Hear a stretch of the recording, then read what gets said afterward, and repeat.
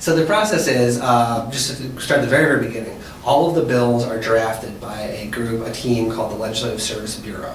And it's a team of mostly lawyers who draft all the bills for the Michigan legislature. And so as a legislator, I get 5 bill requests a month, and I can fill out, it's all online now, it's a form. You fill out a form that says, here's my bill request.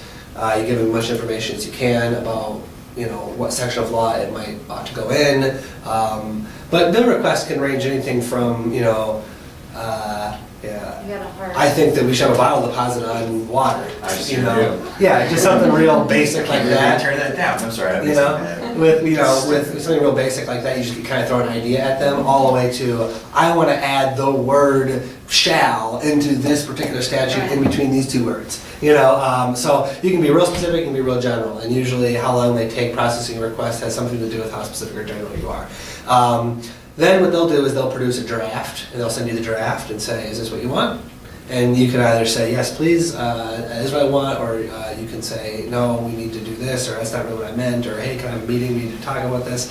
At a certain point, the draft gets to the point where you're ready, and then they send you what we call a blue back. It's called a blue back because it's a piece of blue paper on the back. And actually, all the bills are blue backs. The constitutional amendments are orange backs. The resolutions are white backs. And so you get this actual piece of paper that has a blue sheet in the back. And what you do is you sign the top saying, I'm the rep introducing this. And then you can go, if you like, you can go around to all the other reps and say, hey, we'd like to co-sponsor this, and this is a great piece of legislation, here's why you should support it, please sign on. And you can try and get co-sponsors that way. Oftentimes there's a co-sponsorship memo that will go out from the office to all the other offices saying, hey, I've got this great idea, it's about providing access for children to make sure that as many kids as possible have 2 parents in Michigan, and that goes out to all the offices, and hopefully folks will come and co-sponsor your bill. Then the bill gets introduced. There's a little office down in the basement of the Capitol, the enrolling clerks. You go on the enrolling clerks and you hand them your blue back and you say, I'd like to enroll this bill. They stamp it and file all the papers where they need to be, and you get a bill number, and then eventually it gets put in the system as that bill number, and then it goes to first reading. First reading is usually the point where most of my bills die.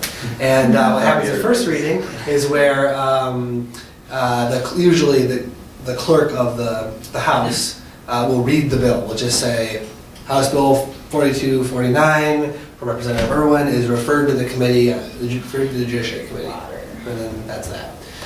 What happens in between there is all the bills go into the Speaker's office, and the Speaker has to assign the bills to committees. So that's actually a decision the Speaker makes, which bill goes to which committee.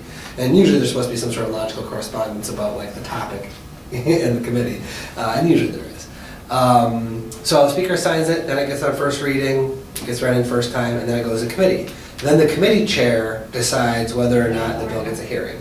In every committee, there's scads of bills, and there are scads of bills that will never get a hearing. And the committee chair has to work with the Speaker's office and sometimes with their counterpart in the Senate to try to figure out what is their agenda, what are they going to bring up, what are they not going to bring up, and then we move forward, or don't. The bottle deposit bills? Because that was the